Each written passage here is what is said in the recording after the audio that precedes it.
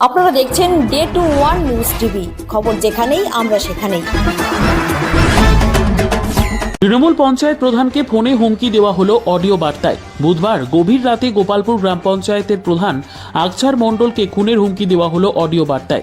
সাথে সাথে আগ্নেয়াস্ত্রের ছবিও সাথে সাথে আতঙ্কিত হয়ে পড়েছে পঞ্চায়েত প্রধান ও তার পরিবার। তিনি ক্যানিং পশ্চিমের বিধায়ক পরেশরাম দাসকে জানিয়েছেন পরেশরাম দাসের সম্মতি নিয়ে পরবর্তী পদক্ষেপ নেবে বলে জানায় প্রধান। পাশাপাশি ক্যানিং থানায় লিখিত অভিযোগ দায়ের করেছেন ক্যানিং থানায়